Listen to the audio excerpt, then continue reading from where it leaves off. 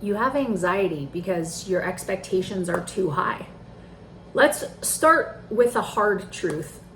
When our expectations are sky high, we're setting ourselves up for disappointment and ultimately anxiety. Think about it. We create this rigid blueprint of how things should go, how people should act, how we should perform. And when reality doesn't match that vision, we end up anxious and frustrated, right? High expectations can motivate us, sure. Like we always have this goalpost in front of us, but they can also set us up for a cycle of stress and feeling like we're never good enough or our relationships are never good enough.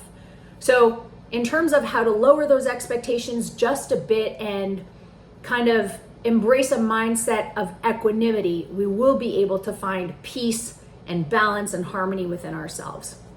So the concept of equanimity is the ability to stay calm and centered no matter what's happening around us. It's this idea of accepting life as it is without getting too attached to specific outcomes. It is what it is. That's the way the cookie crumbles. Que sera, sera. With equanimity, we find peace not by controlling everything, but by staying balanced regardless of the ups and downs. Equanimity doesn't mean giving up your dreams or your goals. It means loosening the grip on how you think your dreams and goals should play out and learning to just adapt instead.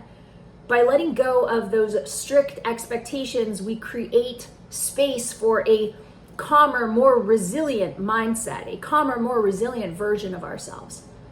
So in terms of how to create this equanimity within yourself, the first thing is to release the word should from your vocabulary. Start by identifying what you have placed shoulds about. I should be further along in my career. I should be making more money. My relationship should look like this. These create rigid expectations that make it easy to feel like we're falling apart when we don't meet them. So instead, think to yourself, is this expectation serving me or just creating stress? And then you'll realize whether those shoulds are self-imposed pressures or whether they're actually valuable. Next, embrace the present moment. Equanimity lives in the present. When we're constantly comparing ourselves to our expectations, you miss out on what is. So practicing mindfulness, even for a few minutes a day, helps us become more comfortable in the present moment. And the more time we spend grounded, the less anxious we feel about our future or fewer regrets about our past. And then the next one is self-compassion. When high expectations lead to disappointment, self-judgment kicks in. So to counter this, we practice self-compassion. Remind yourself that you're human, not perfect. Treat yourself the way you treat your friend. If they didn't reach a goal or things didn't go as planned, you wouldn't judge them, right? So why judge yourself? So this week, friends, I challenge you to pick one area of your life where you're holding on to expectations just a little too tightly. Practice loosening them. Reflect on your shoulds, focus on your effort, ground yourself in the present, and have some freaking compassion with yourself.